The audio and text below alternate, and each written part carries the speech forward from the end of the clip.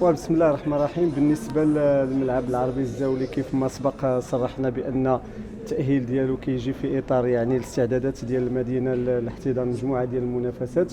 وكذلك باش يحل المشكل يعني مؤقتا في انتظار الفتح ديال الملعب ديال المركب الرياضي محمد الخامس من اجل احتضان ديال المقابلات ديال فريقي الرجاء والوداد يعني برسم البطوله الوطنيه وحتى برسم يعني المنافسات القاريه. فعلا يعني مؤخرا تم ترخيص الفريقين معا من اجل انهم يستقبلوا المقابلات ديالهم.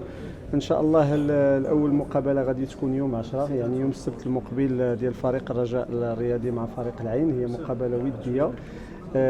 غادي تكون بدون جمهور يعني بناء على طلب ديال النادي وحتى على الاختيار اللي كان يعني ديال التنظيم ديال هذه المقابله هذه، ومن وراها ان شاء الله الرحمن الرحيم غادي يحتضن الملعب يعني المقابلات بالجمهور ان شاء الله الرحمن الرحيم. بالنسبه للجاهزيه هو جاهز، حنا في انتظار ديال اللجنه ديال لاكاف اللي غادي يمكن في لو 20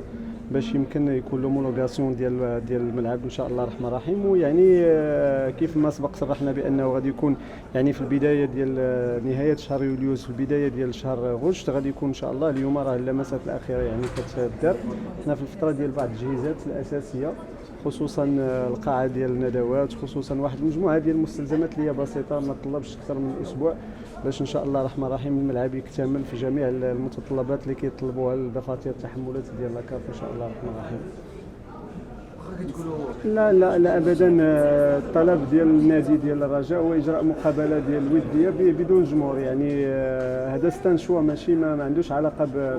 يعني بالجاهزيه ديال الملعب. انا تنصرح بصفه ديال المسؤول يعني الملعب هو جاهز لاحتضان المقابله، وان شاء الله يوم السبت غادي تكون فيه المقابله ديال الرجاء مع العين الاماراتي، وغادي تعقبها مقابلات اخرى ان شاء الله الرحمن الرحيم. الاحتضان ديالو للمنافسات القاريه مرتبط بالهومولوغاسيون ديال لاكاف اللي غادي تزوروا اللجنه ان شاء الله الرحمن الرحيم في الاواخر ديال شهر غشت باش تعطينا هذه الهومولوغاسيون باش يكون جاهز لاحتضان المقابلات الافريقيه سواء ديال النادي ديال الرجاء وسواء حتى ديال الوداد اذا كانت غادي تكون سوبر ليغ. دونك المساله ما مرتبطاش. الذي يجري حاليا بالملعب هو لمسات اخيره متعلقه ببعض التجهيزات يعني كراسي طاولات اشياء اللي متعلقه بالكاميرات لو سيستيم ديال زعما هذه مسائل عاديه، اما لي طرافو ديالو راه انتهت ان شاء الله الرحمن الرحيم. وغدا غادي تكون زياره يعني اخيره قبل التسلم ديال الاشغال ديالو، والملعب الحمد لله اللي غادي يزوروا راه غادي يكتشف التغيير اللي وقع فيه يعني من جميع النواحي، وبالتالي احنا وصلنا للمرحله دابا ديال التدبير ديالو كيف جيري الاستاد ان شاء الله الرحمن الرحيم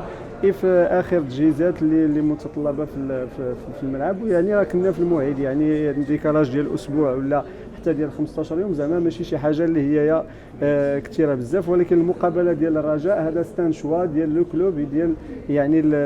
لوتوريزاسيون اللي تعطات انه غادي يكون مقابله